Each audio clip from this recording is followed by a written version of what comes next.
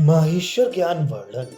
श्री सूत जी ने कहा, त्रिलोक की पूजित देवी पार्वती ने भगवान शंकर से वरदान प्राप्त करके वह भगवती उमा काली अपने पिता के मंदिर में प्राप्त हो गई। चंद्रमा की कांति के सदृश मुख वाली उस उमा को गिरिराज हिमाचल ने देखा, जो कि संपूर्ण जगत को दीप्त कर रही थी और विद्युत के समान प्रभाव वाली थी।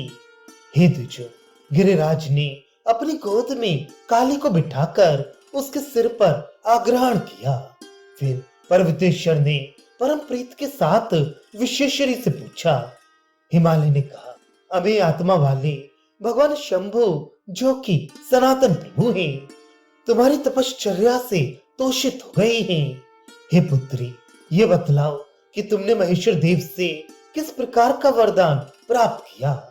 देवी ने कहा, मैंने अपनी तपस्या के द्वारा विश्वेश्वर पशुपति शूलपाणी का समाराधन करके और उन्हें ईश को अपना पति प्राप्त करके मैं कृतार्थ हो गई हूँ। यही मेरा याचित किया हुआ वरदान था। हे राजन, तात्विक रूप से महेश्वर देव से मेरा भेद नहीं है। हम दोनों की एकता तो सिद्ध ही है और ये अभेद वेदांत के अर्थ के विचार करने से ही होता है। हे नगेश्वर, जो यह ईश्वरीय तेज है उसी को मुझे आप समझ लीजिए, जिस तेज में सर्वभूतात्मक परम शांत विश्व प्रतिष्ठित रहा करता है। मैं सर्वांतरा शक्ति माया हूँ और महेश्वर माई है। मैं ही एक पराशक्ति हूँ और महेश्वर देव भी एक ही है। हे राजन, हम दोनों का परमार्थ रूप से कोई भी भेद नहीं है। मैं भी एक ही हूँ, जो कि विश्व में गमन करने वाली अनंता विश्व रूपा और सनातनी हूँ। हे गिरिवरों में उत्तम, मैं नित्य दायिता हूँ। ब्रह्मा आदि देवगण भी तात्विक रूप से मेरे स्वरूप को जानने में समर्थ नहीं है। हे राजन, मैं ही इच्छा शक्ति हूँ और पुनः ज्ञान की शक्ति भी हूँ। मैं क्रिया करने की शक्ति हूँ, प्राण शक्ति हूँ और भक्त के नेत्रों के हनन करने वाले महेश्वर पूर्ण शक्तिमान है।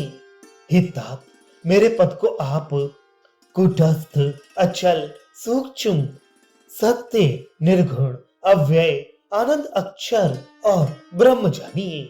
उस पद को यही मनुष्य देख सकते हैं जिनकी मेरे विषय में स्थिर भक्ति होती है। अन्य किसी भी प्रकार के साधनों से नहीं देख सकते हैं। बड़े बड़े कर्म कांडों के द्वारा तथा परम दुष्कर तपों से भी उसे देख नहीं पाते हैं। भगवान शिव की परमानित्या और आनंदमय शक्ति मैं ही हूँ। हे राजन, ब्रह्मा जी के वचनादेश से मैं उसी समय में प्रजापति दक्ष की कन्या हुई थी। त्रिशूलधारी देवों के भी देव परमेष्ठी की निंदा करने वाले पिता दक्ष को विनिंदित करके मैं आपकी कन्या के रूप में समुत्पन्न हुई हूँ। हे पिताजी, मेरा यह अवतार स्वेच्छा से ही हुआ है, अन्य किसी वश से नहीं।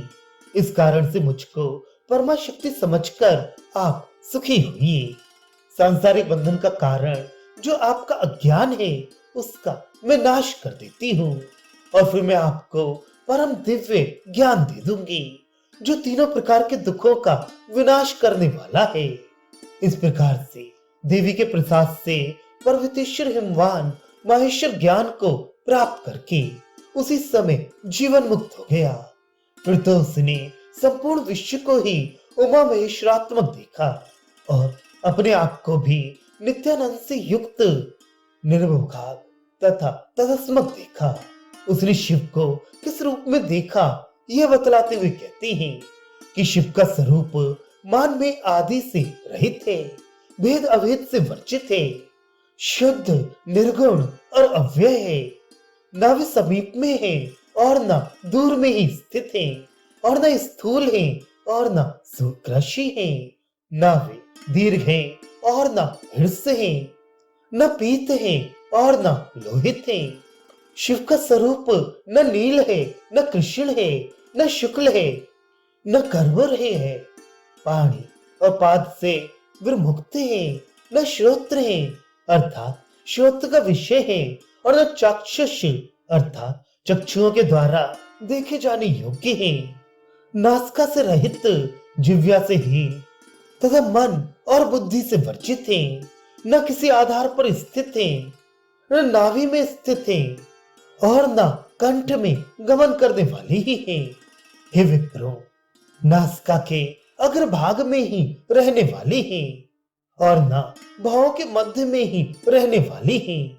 उनका स्वरूप तीनों नाड़ियों के मध्य में भी स्थित रहने वाला नहीं है और द्वादशांगत भी नहीं है, न तो ऊर्णाक तंतु के ही सदृश है और न विद्युत के पुंज के तुल्य ही है।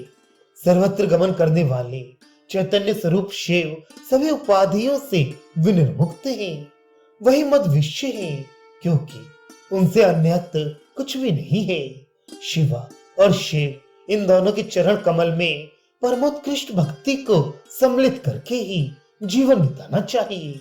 ये दोनों हिरण्यगर्भ ब्रह्मा जी और हे सुव्रत भगवान शांगी के भी माता पिता हैं।